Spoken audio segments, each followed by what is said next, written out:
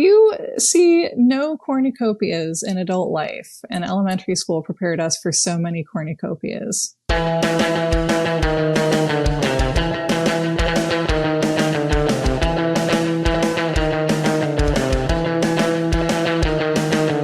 Welcome to You're Wrong About, the podcast where sometimes we get lost in the maze.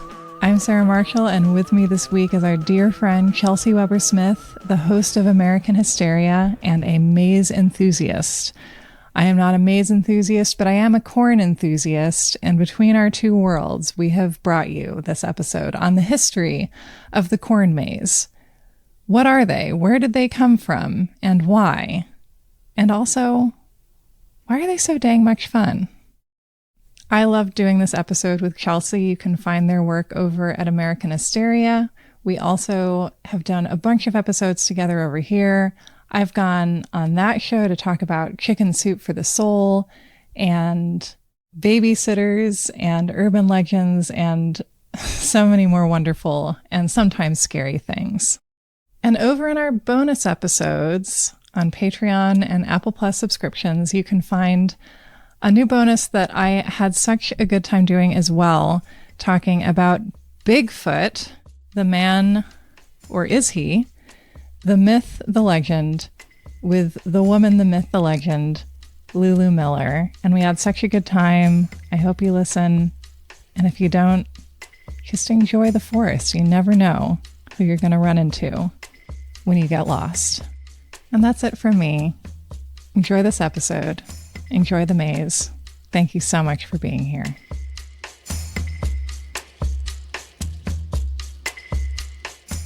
Hello, Chelsey. Hello, Sarah. Chelsey Weber Smith of American Hysteria. How do you feel about corn? Well, I want to start with something you might remember. Okay. It goes like this. Every corn is a glamorous woman. Okay, I had a different idea of melodically how that went. No, you were good. No. It's everything's gonna be all right. Rockabye. That's what that makes me think of. Well, your version is better. That's literally what inspired it, was that rockabye song from the 90s. But Yeah. what happened was Miranda and I were going through this corn maze last Halloween, and we noticed that every stalk of corn has that. And maybe you can add the scientific term, that like hair that flows out from the top. What is that? I don't know the scientific term, but the farmer term is silk, the corn silk. The corn silk. If you examine each corn, you will notice they all have different hairdos that look very glamorous. And so when you walk through a corn maze, I encourage each of you to choose different corns and make up a backstory for each glamorous woman. All right. And sing the song. I love that. Sing the song for yourself when Halloween comes around. Yes. So you're pro corn. You're a fan of corn. Oh my God, I'm so pro corn. You would say. Yeah. Which is complicated because in America, a lot of our corn that we hear about anyway goes into ethanol and corn syrup, which is added to all of our cereal bars and such, to hold our economy together, I suppose. And so corn is this interesting thing where it feels like a very factory farmed, very kind of symptomatic of modern capitalism thing. But also, corn, what a delight. I am sitting somewhere in America right now, and I'm looking out the window at a beautiful field of corn. You are not. That's so... I am too. Wow, what kismet. Winking in the sunlight. And beautiful. Chelsey, as you know, I grew my own corn last year in my front yard. I grew like 8 stalks of corn. Takes up a lot of room. It's the most charming thing about you last year. Oh, and now I have to find a new charming thing for this year? That's a lot to ask. I mean, you can double up and just get more corn. Just be like, hey, well, it's a bit late. Well, yeah, we'll see. Portland's growing season seems to have extended as far as Thanksgiving because of climate change. So who the heck knows about corn frontiers? Who the heck knows? All that's to say, like, even growing up in the world, there are so many details of it that you don't know about until you happen to look it up one day. And so I learned when I was growing corn. What I did know is that if you grow a small amount, you have to fertilize it yourself, or not fertilize it, but pollinate it. You have to pollinate it yourself. Fertilizing is another job. and you take the tassels, which, look like, I don't know, a tassel on a slipcover. Sarah, it looks like it looks like the hair of a glamorous woman. It looks like the hair, thank you, the high ponytail of a glamorous woman. You take the tassel from the very top of your corn stalk, and then you pollinate the silks of each ear of corn with the pollen on it, because each silk goes to a kernel of corn.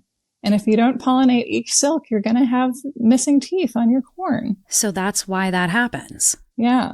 Wow. And then that's why you can't plant popcorn next to sweet corn, because you'll get them cross-pollinated. You'll end up with a half sweet corn, half popcorn, and then you're going to have a bad time. Wow. I feel like that's kind of like a rare thing in nature where you can kind of cross-pollinate and then the thing becomes both things. Both things at once. Is that rare? That feels rare. I don't know. I don't know either. I don't know. That's the thing. We don't know. Isn't that great? Yeah, I love not knowing. There's so much to know and not know. And still find things to not know about. So this episode is about corn mazes. Where are they from and why? And this was inspired by me learning a fact that kind of blew my mind about corn mazes, because my mind is capable of being blown corn mazes, and wanting to dig deeper into it. And I'm not saying that this is like the Pentagon Papers or anything, but I had a really good time. I know nothing about this, and I find that to be such a blind spot in my personal canon, considering my love of haunted. That is a blind spot. You're a complete person aside from this. That's it. That's my only. And we're gonna fill you out. Oh, I'm so excited. And then you'll know all about the corn maze. Okay, so you've been in a corn maze. What is a corn maze for the uninitiated to start? Okay, all right. Well, my personal experience with corn mazes has been pretty much relegated to the Halloween season. Classic. And usually adjacent to a haunt that I have traveled far and wide to visit. And you love a haunt. You've done some great episodes about haunts and haunters, I guess are the terms. Yes. Yep. Haunts and haunters. Professional haunters. I like to have like a top 10 favorite things, and haunted houses are in my top 10, just general favorite things. And the corn maze is usually either a separate thing, or sometimes it's a haunted corn maze, which is so fucking sick. Yeah, you just enter one end of the corn maze and it twists and turns and it goes in different directions, and sometimes you reach a stopping point and you got to turn back around, and you just got to find your way out like any other maze, but this one's made out of tall corn. And it's only getting taller. How tall is it? Why, as high as an elephant's eye by the 4th of July. Yeah. Although that's a bit early for it to be that tall, I would say, at least around here. It's for the rhyme. Yeah, it's true. You can't rhyme with August. No. No. We are going to stop in Broadway, by the way. So this is all going to come together. Okay. But okay, so you've experienced a haunted corn maze. Have you found them to be difficult mazes to solve anecdotally? Are you good with mazes? How do you feel about mazes? Okay. Let's talk about that for a second. We talk about corn. What about mazes? I do not like being in a maze. I have a very bad sense of direction. I have gotten lost in my own museum. I like to know where I am. I will be on the outside of the maze waiting for you. Okay. So I too have a sense of direction that is so bad that it is shocking and frustrates many people in my life. Same is true within the corn, but I enjoy it. I like being lost. I like not knowing where I am. And I do. I love a maze. I did a lot of mazes on cereal boxes as a child, not to brag. I would just start in the middle and work my way back like Peter Griffin. Wow. That's really pathetic, special. I know. It's one of your charming qualities. I like depriving myself of a challenge. But no, I mean, I enjoy a corn maze. I'm running to it when I get the chance. And I also like entering the corn. I do it carefully and respectfully, but it is really fun to like run ahead of your friends and kind of like enter into the corn and then say something from within the corn or pop out. Yes, I see what you mean. And scare people from the corn. So I do like that. Is this a good time to point out that we've watched Children of the Corn. Yes. Together. Yes. And that's like, it's not integral, but we have a Stephen King connection. Why not? What's Children of the Corn while we're doing corn topics? Well, Children of the Corn is a story of a strange Christian adjacent child cult that lives near the corn, among the corn, sometimes surrounded by corn. Surrounded by corn. This like a small town in Nebraska that mysteriously has no adults in it. And they worship it's not that they worship the corn, but the corn is a tool of their worship. And he who walks behind the rows is their kind of god / devil figure. I don't know. It's kind of a confusing. Yeah. God monster. Actually, perhaps to go with our theme, a bit of a minotaur type figure, because sacrifices must be made to he who walks behind the rows. And of course, into this enter a squabbling couple. So you know how that's going to go. Yeah, they mad at each other. They real mad. Mm-hmm. But it's a good early Stephen King story. It's a fun movie. It's got like a lot of corn imagery because it's like a Christian corn cult, basically. Mm-hmm. And yes, and on some level, I think Stephen King has always been good at writing for people on such a big scale because of kind of understanding on a very molecular level, like what are people truly scared by? And this idea that there's something sinister about corn, especially in the 80s. I want to come back to that later, actually. Ooh, okay. Yeah, and it's like making me think that something unique about corn as a crop is that it grows taller than a person, which feels not common. So it's like it is one of the only things that you can be like fully obscured by, which feels somehow important. Yes, I think so. And also that like, I mean, I was struck by this just doing my like yard corn, but where like you plant like a little kernel of something, literally a kernel, and it gets like 10 feet high. It's incredible. And like, it feels strange to create something that big that isn't a menace in some way. That's true. It's like That's the blob. True. It just gets bigger and bigger, but that just means you get more corn. Yeah. And you do have to water it a lot. Yeah. And actually I left my corn up just to see when it would sort of disintegrate, and it stuck around. That's so nice. You've got like this harvest party decoration. Because like, do you remember in elementary school when they suddenly were like, we're not really doing Halloween parties anymore because maybe our Jehovah's Witness students or something. And so we started having... We didn't do that because interestingly, I went to private schools who were like, we're private, we're Christian, we're doing Halloween. And that's great. I love that. But we had like harvest parties for a while. So it was like very like cornucopia coded. Right? You see no cornucopias in adult life, and elementary school prepared us for so many cornucopias. I thought I would have to deal with so many more cornucopias than I have. Exactly. to paraphrase John Mulaney on Quicksand. Exactly. But have you ever felt any sense of like, oh crap, I'm lost in a corn maze? Have you felt like anxiety in a corn maze? I like to allow myself plenty of time when I go to a haunt. So I don't usually feel the pressure. You're often surrounded by children, which makes the whole thing feel less sinister. Yeah, that's true. Although also, don't you feel that sense of like, oh my God, a beautiful bright summer's day. It would be the last thing that anyone could imagine that I would get swallowed up by this corn maze. You know, I don't think that when I'm in a maze. I feel like I am home. I am supposed to be here. That's so nice. And I will be lost for as long as it takes. I might catastrophize a little bit, Chelsey.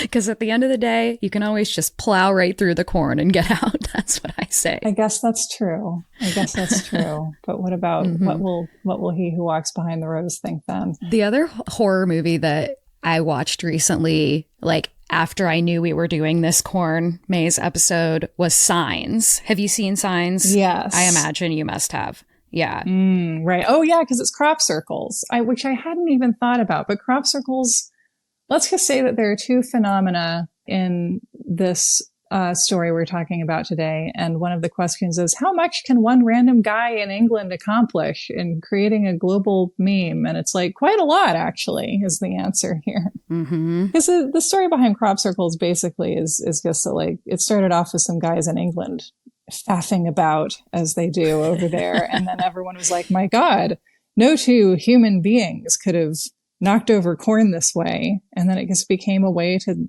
signify that aliens had stopped by, right? Yeah. I mean, that's the story I know. Got some buzz going. Let's get some buzz going. I've wanted to do a crop circle episode. I know it'll happen one day. Yeah, you gotta. But it's a very impressive prank hoax. Really took some skill. I mean, those are some pretty amazing mathematical designs. Yeah. Like, I don't know how you would do that. That seems so hard to me. So I do kind of understand why people couldn't wrap their mind around it. Yeah. I don't know. And I just don't know a lot about it. Yeah. Well, okay. So here's my big question to you. Okay. How old do you think corn mazes are? I would think like pretty fucking old, like some hundreds of years. Give me like just a guess for you. Oh my gosh. Okay, let's see. It's giving medieval for me. So let's go 1500. I love it. Okay. I think that's a very reasonable guess. And now let me read you something that I read in the New Yorker in 2021. This is from an article called How the World's Foremost Maze Maker Leads People Astray by Nicola Twilley. Okay. And it's about a maze designer named Adrian Fisher, who comes off as fairly unpleasant. And it dumps this little fact sort of randomly that made me go, what? Oh my God. Okay. So let me read to you from this New Yorker article. Yet today, maze observers agree that there are more mazes than ever before, and more being built each year. Mazes, under Fisher's watch, have become part of the British heritage business. De rigueur at stately homes where, along with tea rooms and gift shops, they can raise money to pay for otherwise crippling repair and tax bills. They have also diversified. Fisher helped invent the corn mazes that pop up alongside pumpkin patches on farms across America each fall, and reintroduced mirror mazes to piers, theme parks, and malls worldwide. Okay, who cares? So this guy helped invent corn mazes, and I thought, what? And then I looked it up. What? And according to everyone speaking with authority on the subject, the corn maze was invented by Don France and Adrian Fisher, but mainly Don France, in 1993. What? In Pennsylvania. I'm older than the corn maze. Isn't that terrible? Wow. I mean, it's like kind of like terrible, but also kind of, I love it. Like that corn mazes were an invention of the 90s. Wow. That's shocking. That's so shocking to me. Tell me why it's shocking to you. I don't know. It just feels like, I'm relating them in my mind to hedge mazes. Yes. Right? Which are probably fucking old, but right? I hope. They have to be. Yes. Well, I mean, let me tell you about Adrian Fisher for a second. 1991 in England was the year of the maze because Adrian Fisher declared that it was, and everyone was like, okay.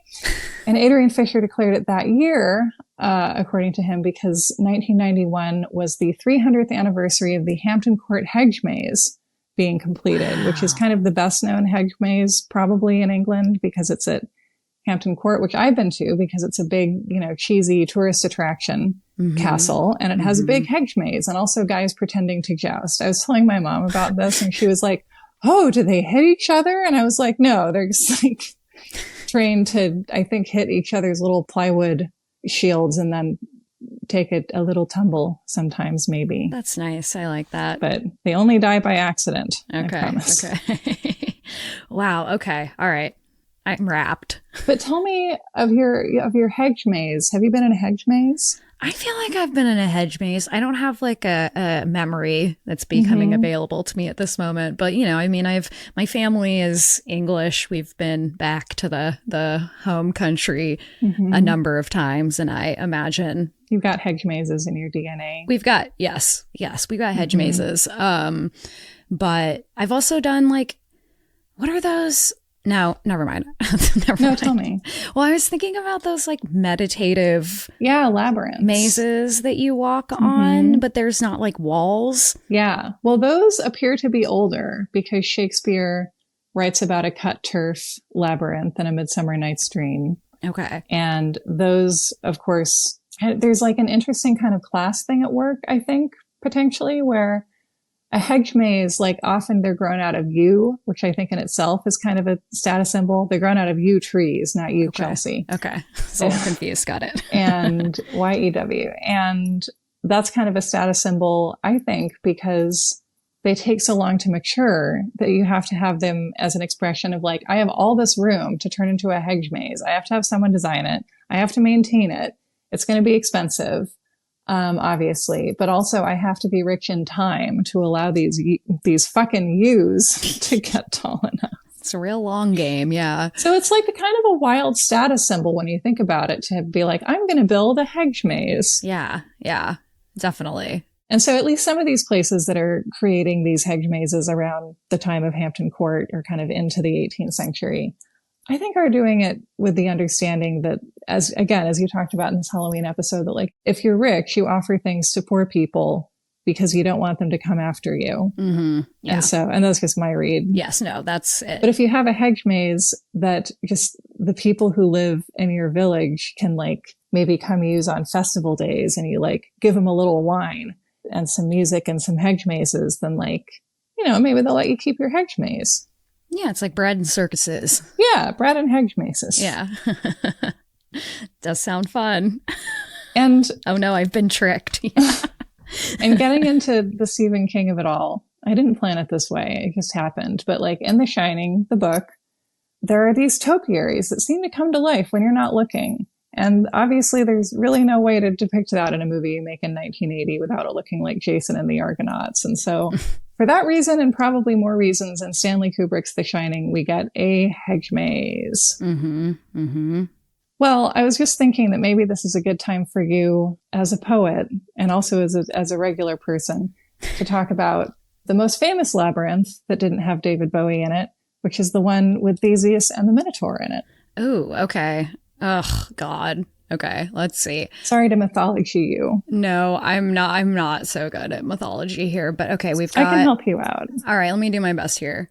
We've got a maze. Mm-hmm. We've got a Minotaur. Yep. Is he all chained up in the center of the maze? I don't know if he's chained. I'm not sure about the restraints. I mean, that's the thing about mythology. There's a lot of different versions. Yeah, he's all chained up. Okay, sure. And then I guess and he's got a gag in too. Exactly. And he's got to get in there, and he's got to stab the Minotaur and kill him for a reason I don't remember. That's about all I can say about the Minotaur. That's really good. It's embarrassing. Well, is there perhaps a ball of thread? Maybe. That's my favorite part. Okay. So it's like a bit of a Hansel and Gretel scenario where he ties the thread at the end and then unravels it to get his way back. Yeah. Yeah. Theseus does. Because basically he's going to be sacrificed to the Minotaur, who I just learned today, the Minotaur was conceived when a queen, got bored while her husband was away and saw a bull and was like, oh, I want to have sex with that bull, and then got inside a big cow statue thing like Ace Ventura, and that's how the Minotaur was born. Which not to accuse anyone of a double standard, but I guess it's fine when Zeus does it. Yeah, I guess it's completely fine when he does it. Yeah. Some things never change. Cancel Zeus. But and of course the Minotaur, who has the body, I guess, what's a Minotaur, Chelsey? Is it like hot guy's body, big old bullhead? Yeah, I think it's just kind of a bull body of a man. I feel so embarrassed for not having confirmed this. Hold on. We really need to go back to Minotaur school. I say Minotaur, but it does seem to be Minotaur. I could go either way. Yeah. I think I'm partially saying it in homage to Julie Kearns, who's my favorite interview subject in Room 237, which is a documentary about fan theories about The Shining. And one of the things she talks about is that it feels like the movie becomes an homage to the Labyrinth and the Minotaur at a certain point. That's cool. And of course we have Jack Nicholson, who looks like that anyway, but at the end of it, like ending up looking very much like a bull charging around, inside of a hedge maze, aka a labyrinth. Yeah. Very cool. Yes. Head and tail of a bull and the body of a man. That's fun. Well, you got to have a nice silhouette for your coins. Definitely. Yeah. Gotta have the tail. Great quads. In the image on Wikipedia. Yeah, real beefcake, that's for sure. So anyway, but the idea is that you have to take a ball of thread into this labyrinth, which was designed by Daedalus, by the way. Daedalus of Icarus and Daedalus fame. Oh. That was the midquel. I know that guy. And you have to unravel it, as you said, very Hansel and Gretel-like, as you get to the center of the labyrinth where the Minotaur is, who you then must slay. And then you can follow the thread back out to reunite with your Lady Fair. Yeah. Although I think something else bad happened in that one. But I always really found this to be a resonant image and have always liked the idea of a labyrinth. And the thing is, so has basically everybody for thousands of years. And that was one of the things I found interesting researching this, because I think one of the reasons it feels weird to us that corn mazes are allegedly such a new concept is that mazes feel, if not eternal, then like extremely perennial and extremely sort of deeply felt and maybe even deeply craved for human beings. Yeah, I could totally see that. I don't know I'm like, what's the underlying biological mechanism that's happening there? I don't know. Right, like why? I don't know. Maybe it's like something in us that like, you know, like the hunter in us that is twisting through the world looking for prey. I don't know. That's the best I got right now. But maybe we'll come to it. Maybe we'll come to it at the end. I think we will. Yeah. We'll get somewhere. Because, okay, so here's another question for you. I think this is my only other big question for you. I'm trying to not make it a big pop quiz. But what is the difference between a maze and a labyrinth? Oh, okay. I think I know. I think a labyrinth is totally enclosed except for one entrance, and a maze has one entrance and one exit. Oh, that's very interesting. No? Well, I think you are close. Because at least, okay. So let me bring my handout. So this is a PDF. Ooh, okay. That's from a labyrinth enthusiast website. And this is by Jeff Saward, whose name I might be mispronouncing. Saward, from the book Labyrinths and Mazes, The Definitive Guide to Ancient and Modern Traditions. Here's my handout for this class. Oh, I love a handout. Mazes or labyrinths? What's the difference? And what types are they? Okay, let me read this to you. In the English-speaking world, it is often considered that to qualify as a maze, a design must have choices in the pathway. Clearly, this multi-cursal category will include many of the modern installations in entertainment parks and tourist attractions, which exist solely for the purpose of perplexing visitors, as well as the traditional hedge mazes in public parks and private gardens around the world. Mm-hmm. Popular consensus also indicates that labyrinths have one pathway that leads inexorably from the entrance to the goal, albeit often by the most complex and winding of routes. These unicursal designs have been known as labyrinths for thousands of years, and to qualify as a labyrinth, a design should have but one path. Okay. Isn't that interesting? That's really interesting. Okay. Yeah. So it's a labyrinth isn't actually meant to make you lost. Yeah. Huh. All right. In a nutshell, yeah, completely. And I'm going to send you an image here. Okay. From our lovely handout by Jeff. Mr. Jeff. I had a teacher in school called Mr. Man. Isn't that hard? Yeah. So I just sent you an image from the first page of this PDF. We'll have a link to this in the description. But a maze, which looks similar to the Hampton Court maze. Okay. And to the right, kind of a classic labyrinth. Okay. Okay. Interesting. Yeah, it's exactly what you described it as. The maze has different places that like end in a dead end, and then you'd have to go back around, and you know, you have to find the right way through, and you got to make or you have to make choices. You have to go left or right or whatever. And so what I find interesting to kind of theorize about this mythological labyrinth is that you bring perhaps the thread in, not because it's difficult to find your way in, which seems to be not too hard to do, or else maybe the Minotaur would get hungry. But perhaps it's finding your way out that is where the difficulty comes in. But why? I don't know. Okay. They're not following traditional labyrinth rules, but it's okay. Okay. All right. Well, and then we get into, and again, I'm going off of our handout by Jeff. We have classical labyrinths, which we can find, or that archaeologists have found, going back to about 2000 BCE. Whoa. Right? Uh-huh. And then we also have Roman labyrinths dating from about the same period. And these are, we apparently encounter largely in the form of mosaics, if not entirely so. Okay. You know, so it's like what we think of now, where if you go to like, you know, like a Unitarian church or something, they're like, I remember as an adolescent, obviously one who was like Jim Henson labyrinth pilled, being very disappointed when there would be a church that was like, come see our labyrinth. And it was just like some swirls on the ground that you're supposed to like walk down very slowly while thinking about your life. And I was like, I would really more like to be rocked like a hurricane by David Bowie right about now, with like real walls and owls and everything. Yeah, I need a little terror if I have to contemplate my life. All right. Right. So like, yeah, would you say a corn maze is perhaps a more religious experience for you? Yeah. Oh, yeah, certainly. And, you know, I respect the labyrinth of the Unitarian Church, but it's not and I've done it before, and I've tried to, you know, do some mindfulness practice and everything. But no, for me, beauty is terror. Donna Tartt. Beautiful. Secret History. There you go. But yeah, I gotta have the corn. Yeah. Well, and so what I found interesting about this research is that we can see the labyrinth and what you picture when you pictured, you know, like a Unitarian church labyrinth, where there's one entrance. It kind of, you go to what feels like the center, and then you go all the way back around, and then you're at the center and you go all the way back around, and you kind of meditatively walk around it until you get to the middle, and then inexorably leave the way you came by only one path. Don't know what Theseus really needed that string for, except maybe as a precaution. Sure.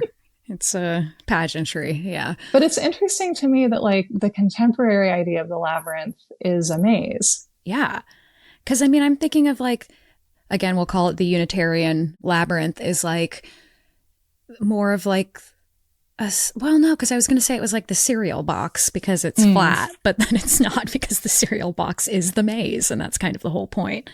Whereas the labyrinth only has one way to go. So you wouldn't put that on a cereal box, except for little babies like you. Yeah, exactly. Can't do the maze. I can do it. I just don't want to do it, Chelsey. It's faster to not do it. Okay. Sure. Okay. But it's also interesting to me that this seems to be recurring and perhaps spreading a little bit like a meme, you know, which is any kind of like, to my understanding, any kind of replicable, repeatable kind of idea, like an image or a fashion or a phrase that can be copied and spread across people and across culture, basically. Okay. Because this idea of this kind of like swirling labyrinth that looks almost to me like the whorls on your fingerprints spreads across Europe in the Middle Ages. There's apparently a beautiful medieval labyrinth at Chartres Cathedral in Paris. Ooh, okay. And the labyrinth just kind of, it feels like it endures as a symbol that feels intuitively meaningful to people in a way that we don't necessarily understand, but want to keep reproducing. Or I don't understand it. Maybe somebody did. Yeah. The swirls on the fingertips is really pretty. Thank you. As an image, because that also makes me think of like, God, did you ever read the book Ishmael? No. Okay, but you know what it is. I know. It's like about a gorilla who talks. Yeah, it's like the gorilla is the guru of the story, kind of, and like, you know, delivers knowledge. It was a very high school book for me. I liked it when Michael Caine did it in George of the Jungle. So there you go. Yeah, that's just as good. But they talk about in that book, you know, how like, or maybe it wasn't that book. Fuck if I know. Story of Bee. There's like several, but you know, it's like how like the veins in your arm mimic the way that the streams look and the way that the patterns in the leaf look, you know, and whatever. And it's like the fractals of nature. Yeah. Yeah. That's it. Fractals. Could be that. That's an easy way to say what I'm trying to say.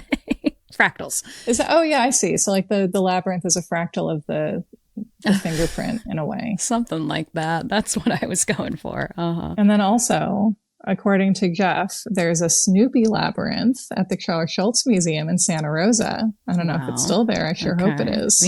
Me too. But also crucially in a labyrinth, there aren't walls around you. You know, there might be some amount of turf, but like you always know exactly where you are and also where you are in relation to other people. Okay, so wait, I have a question. So a labyrinth kind of by definition has low walls. I think today they do, you know, and then in terms of history, maybe we aren't all being as tidy as Jeff is, and people are referring to historic labyrinths like in ancient Egypt that probably did have dead ends or something in them, you know? But I think generally, right, if you're talking about, again, like kind of, if Shakespeare refers to like a cut turf labyrinth that we know existed at the time, although they aren't really preserved typically because it's just, you know, too ephemeral. Sure. A lot of the time, it's just like some grass or some vegetation and pathways cut through it, and not the sort of like grand sort of heritage-y maintained thing like a hedge maze would be. Okay. The mazes that then begin to be built for people who can afford to actually build something semi-permanent, there begins to be innovation, interestingly, because for a long time there's, and again, I'm using Jeff's handouts terminology, there's simply connected mazes where everything is the same wall of hedge. So you could theoretically just keep your hand on the hedge as you enter and stay with it and eventually find the center just based on that. Yeah. I remember that like theory or whatever from being a kid where that was the way to solve it. I do remember that. Yeah. And then I think late 18th, early 19th century, we solved the hand-on wall maze problem. And people start commissioning mazes that have different areas of hedge where you can get turned around. You can get lost without there being a dead end, but where you think you're making progress and you're not. They sort of evolve as, I assume, as more people get hired to do them and have more time to problem solve them and innovate and then share that information. And again, we're talking about the time of the printing press and of ideas, you know, the kind of the birth of the bestseller as we know it in the 18th century. And ideas spreading faster and faster than ever before. So it's like, because rich people are paying to have them built, it's a time of maze innovation.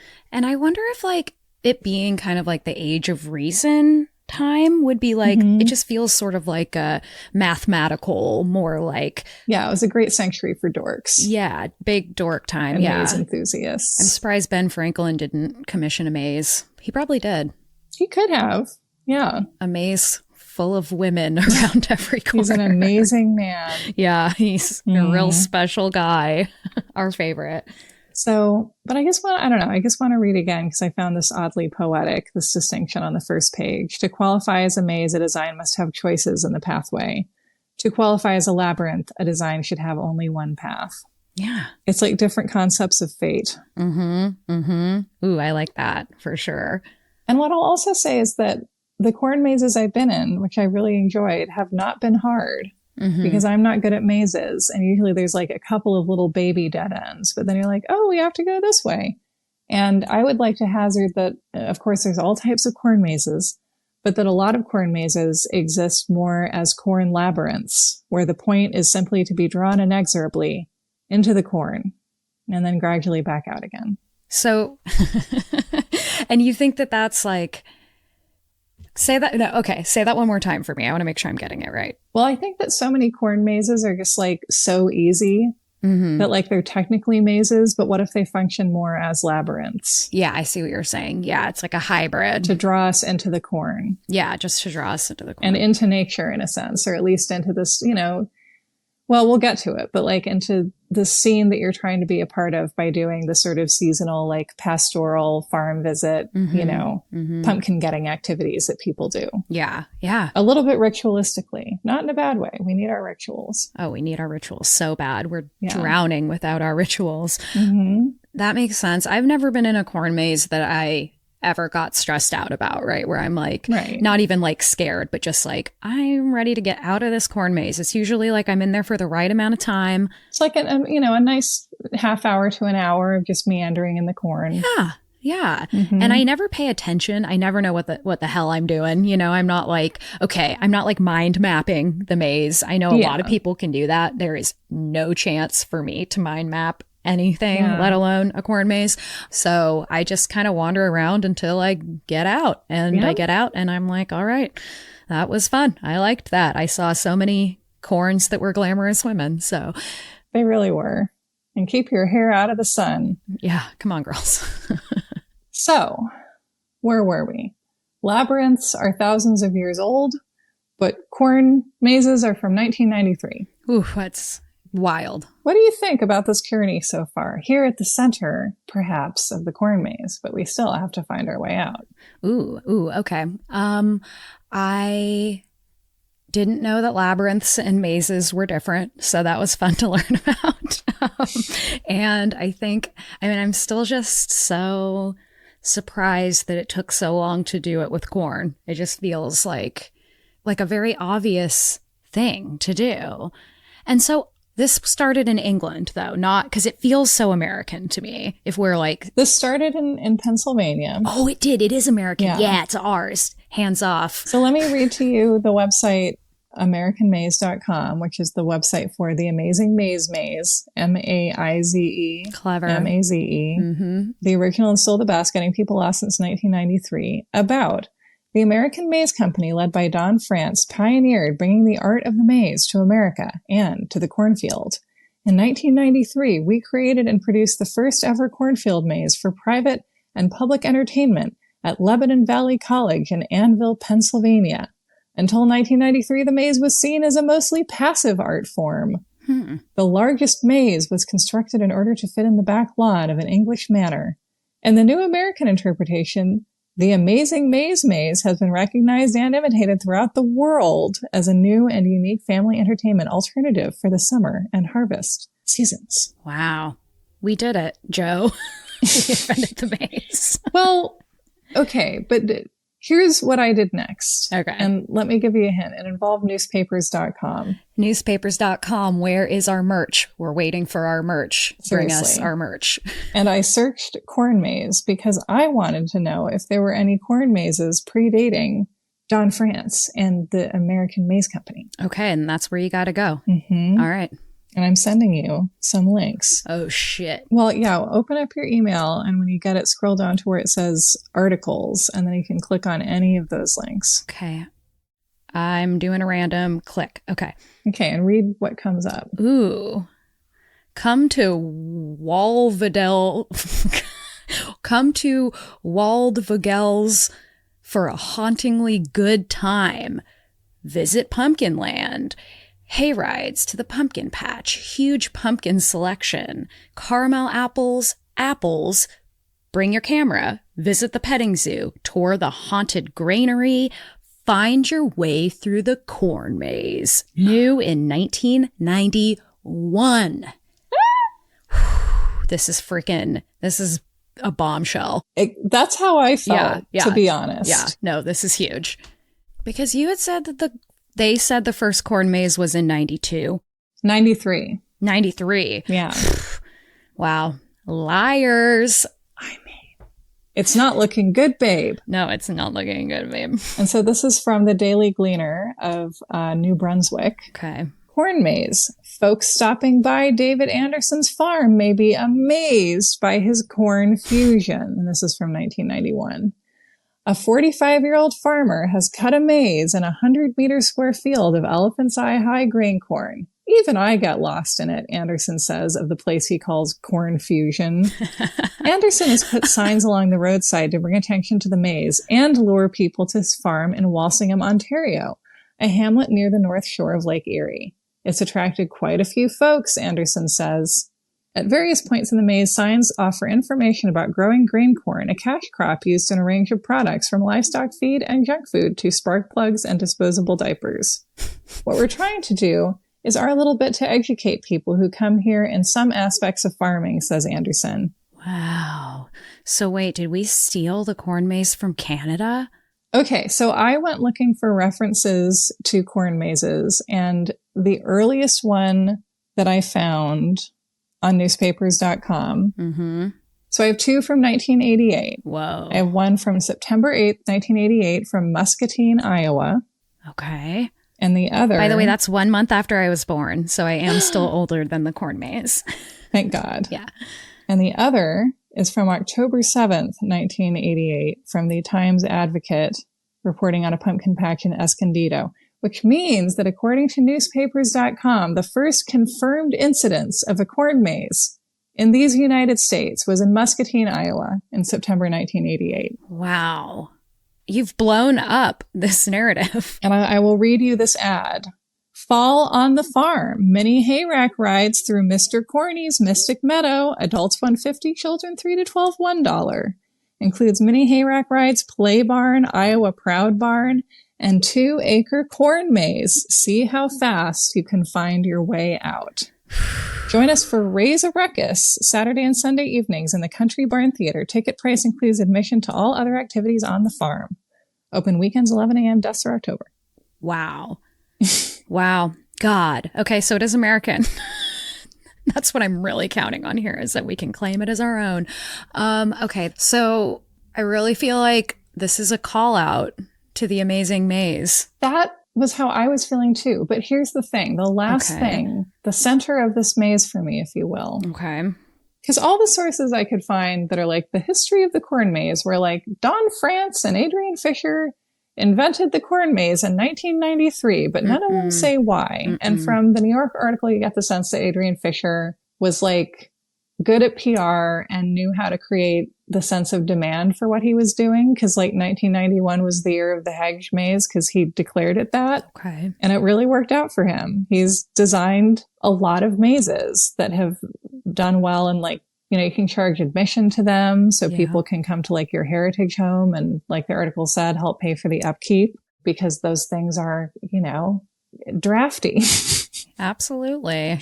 Yep. But also he's kind of a great 20th century example, I think, of being like, I really want to make mazes. And so I'm going to sort of generate PR that creates the idea that people like mazes. And then people will be like, I guess I do like mazes.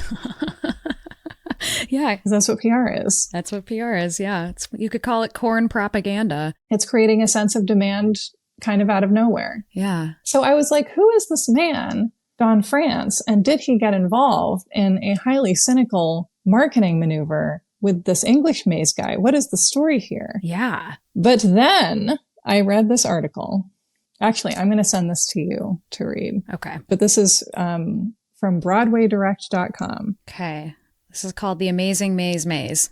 The Amazing Maze Maze is the brainchild of Don France, who has done most everything in show business. He's been a dancer in a Seiko commercial and the first marvelous magical Burger King in test ads. Wow. In a producing capacity, he's worked on the Super Bowl, World Expo, and Liberty Weekend. France has also been a general manager of such Broadway shows as A Class Act, and will soon co-produce a new off-Broadway musical called Disenchanted. And while no parent is supposed to have a favorite child, France seems to speak most proudly of the Amazing Maze Maze. However, France is quick to proclaim the Walt Disney Company, for which he was a creative director in the early 1990s, as the maze's godfather. Whew, goosebumps. Okay, should I go on? Yeah, go on. Okay, this is crazy. Okay. In June 1991, France, who'd been producing and directing such Disney World attractions as the Spectro Magic Light Parade, saw some culture entertainment TV clips that Disney had been sent. One of them was a tourism promotion for European mazes. France had never encountered a maze, but the idea of maneuvering through one appealed to him. France's preference for a window seat while flying helped the idea too. He would gaze outside and see field after field after field, all of which ostensibly seemed to have nothing happening in them. Quote, I was also reminded of Field of Dreams, he says, before quoting its most famous passage, quote, if you build it, they will come. But could Don France build a multi-acre maze? What are your thoughts so far?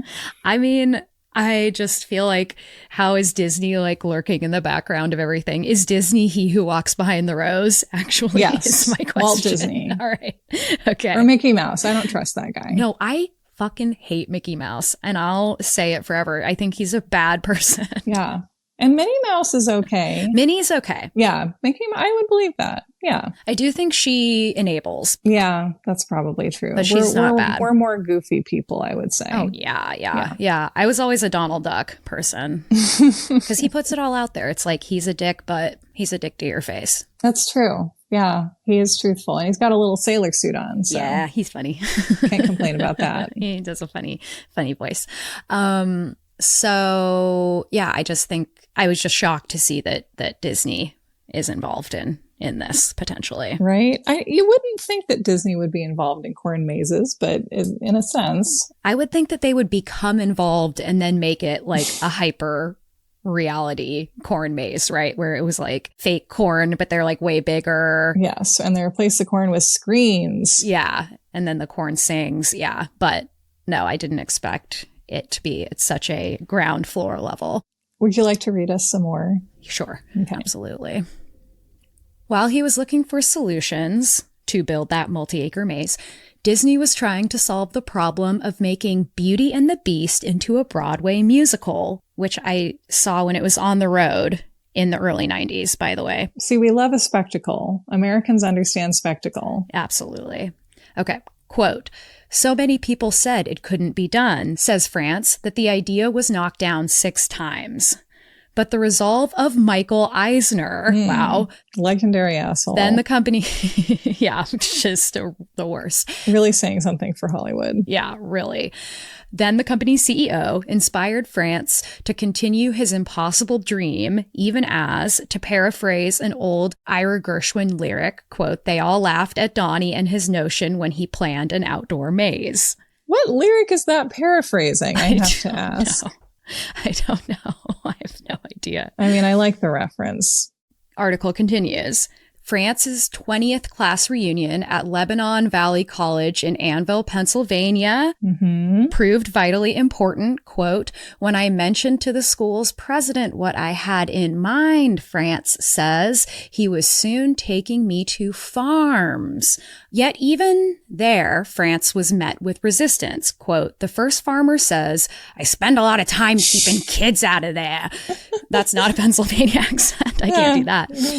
He says, chuckling with understanding of the man's plight. The way the second said, I plant corn, I grow it, I harvest it, made me see nothing would happen there too. If we're not careful, this is going to be made into a Matthew McConaughey movie. Yeah, I could see that. I would also see it. Or actually Roger Bart. Yeah. That's who I go with. Yeah. So I guess what's happening here is farmers are like, this is my corn, why would I cut my corn into a maze? I hate children and they come in here. Why would I do something so silly? Yeah. Okay. Third time was the charm. A farmer who had 3 acres to spare told France that he'd been clearing $200 an acre in a year when the sun, rain, and insects had all cooperated. That was enough to start France negotiating. Quote, I told him I'd even give half the corn back to him, he adds with a grin. And the article says, indeed, you can't have a maze without getting rid of some of the corn. That's so true. It's so true. It's so true. France's calling his company the Amazing Maze had its roots in Disney too, albeit in a roundabout way. It started when France was asked to guide the Broadway producing, directing legend Hal Prince, of Phantom of the Opera fame, and his family around Disney World. Prince was so impressed with France's 3-day excursion that he recommended it to his most famous collaborator, Stephen Sondheim. What? Of Into the Woods fame. Wow. Wow, wow, wow. So France gave Sondheim the deluxe tour as well. I cannot believe this all-star cast. Right? This is crazy. Wow. Okay. They kept in touch, and at dinner one night, Sondheim asked about France's immediate plans. Quote, and when I told him, says France with wonder still in his voice, Steve immediately said without missing a beat, Steve, of course, it's like, so funny. Steve immediately said without missing a beat, the Amazing Maze, fuck, no way. Wow. Yes, no less than Stephen Sondheim gave me the name, and that convinced me that this was destiny. Isn't that beautiful? Wow. And then he brings on Adrian Fisher to design it, yada, yada, yada. That is incredible. And that leads me to the fact that in many parts of America, certainly around Portland, and certainly I'm sure still in Muscatine, Iowa, and lots of other places, areas where there used to be family farms that grew and sold crops now have farm attractions. And one of the biggest farm attractions, I think, that has spread across North America, I would say at this point, is the corn maze. Yeah. And what's interesting is that I'm sure that the Amazing Maze Maze, if you look it up, like it was on Good Morning America. You've got Adrian Fisher, who's good at PR for his mazes. You've got Don France, who is working at Disney. And like, I love him. Okay. Like, yeah. As far as I know, we are cut from the same cloth where like you get to a certain point in life, you've accomplished a certain amount artistically that you set out to. And one day you wake up and you think corn, and people are like, what are you doing? And you're like, what are you excited about lately? And you're like, well, corn. Corn. Yes. Wow. And you know, that it was, the first Amazing Maze Maze built in 1993 was in the shape of a dinosaur. Some of the proceeds went to flood relief, you know, and it was built, as the article talks about, on a farmer's field where the economics of growing corn in that space meant that you could get about $200. But if you charged admission for that amount of corn, you could get more $100. Yeah, that makes perfect sense. And can I float to you two theories about corn mazes and hedge mazes, yes. One of which I feel more confident about? Yes. Are these your theories? Yes. Okay. Hit me. Okay. So in England, in a way that probably affects the spread of corn mazes in the early 90s, everyone is like newly excited about hedge mazes, partly because Adrian Fisher is good at creating work for himself, but also partly because there's something innate in people, I think we agree based on this conversation, that wants to be in a maze. Mm-hmm. And that wants to be in a scary situation that isn't too scary. Mm-hmm. Or in your case, not scary, but at least a vexing situation. Yes. Or just to be forced to be exposed to nature for about an hour in a way that you can't abandon in the middle. Mm-hmm. Mm-hmm. And I find it interesting that there is also enough hedge maze building to keep maze designers in business, at least to an extent. Yeah. And why are people building all these hedge mazes at the time? And my theory is that it's because throughout the 1980s, Margaret Thatcher and her pack helped destroy labor rights and the working class. And as in the United States, where something similar is going on in the 80s, when the working class and the concept of labor rights and union households are being crushed by the executive office, then what remains, or one of the demographics that remains, are people who, rather than identifying as pro-labor and as working class, now identify as aspiring middle class or aspiring upper middle class. Okay. As they continue up the ladder. And so I wonder if in hedge maze England of the late 80s and early 90s, there's this, people want to buy more hedge mazes, because if more people are buying property, and if there's a sense of class mobility perhaps happening underneath you that makes you like what you have a little bit less, maybe you need a giant status symbol like a hedge maze. Okay. Which says, not only am I here, but I'm going to be here for a really long time. And in fact, I've always been here and I'll always be here. Wow. And you are just temporary because you have no hedge maze. Wow. And I'll let you into my hedge maze so you could feel what it's like for an hour, and then I'll cast you back out. It's the bread and circuses thing a little bit. And then I'll feed you to my bull baby. My hot beefcake bowl. No, I think that's very interesting. That's like your sociology coming through there, right? I mean, it's like, thank you. I think that makes sense. Like what you said with the length of time it takes. It's like, it's exactly what you're saying, is you're investing in an idea. What status symbol like saying, I know exactly where I'm going to be in a decade and it's right here. Yeah. Yeah. Mm-hmm. I like that. And I mean, and on a less theoretical level, I think probably more seems less theory and just more materially real level.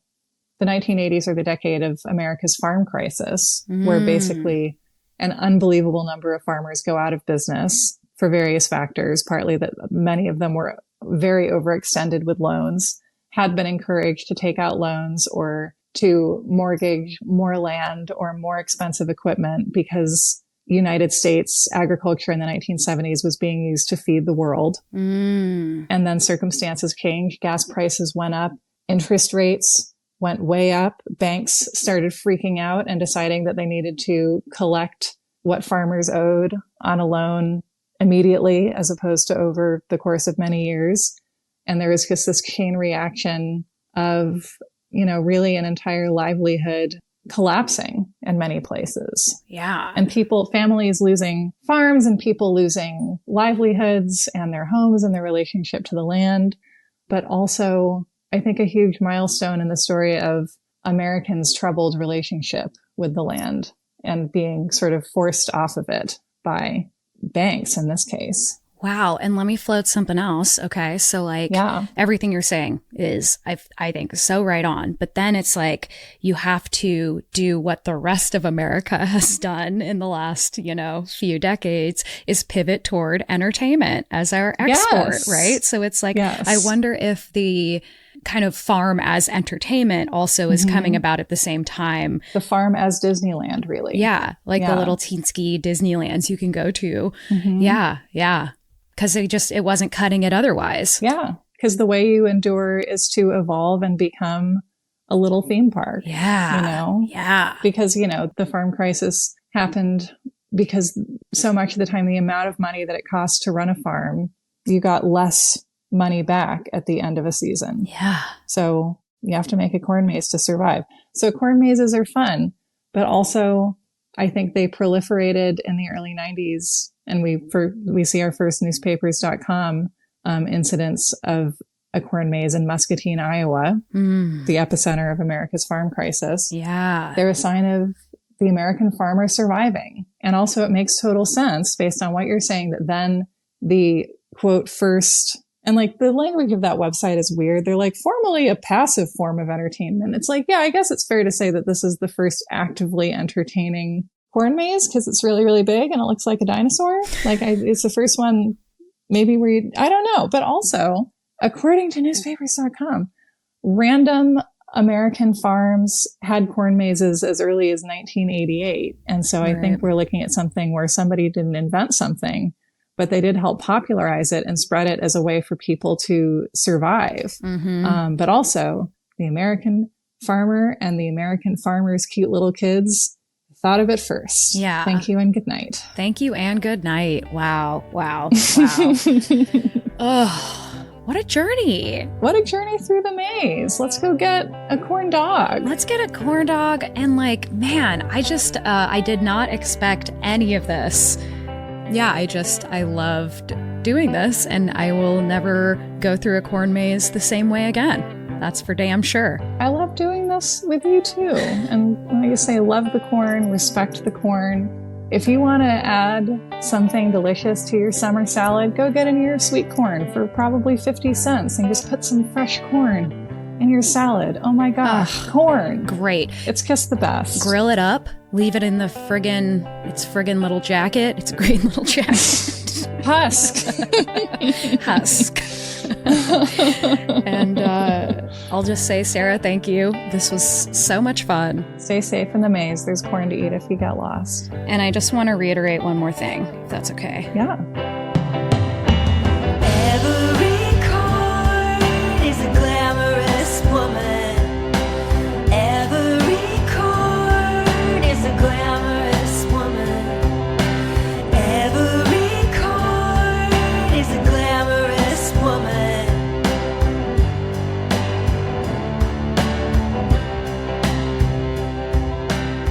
And that was our episode.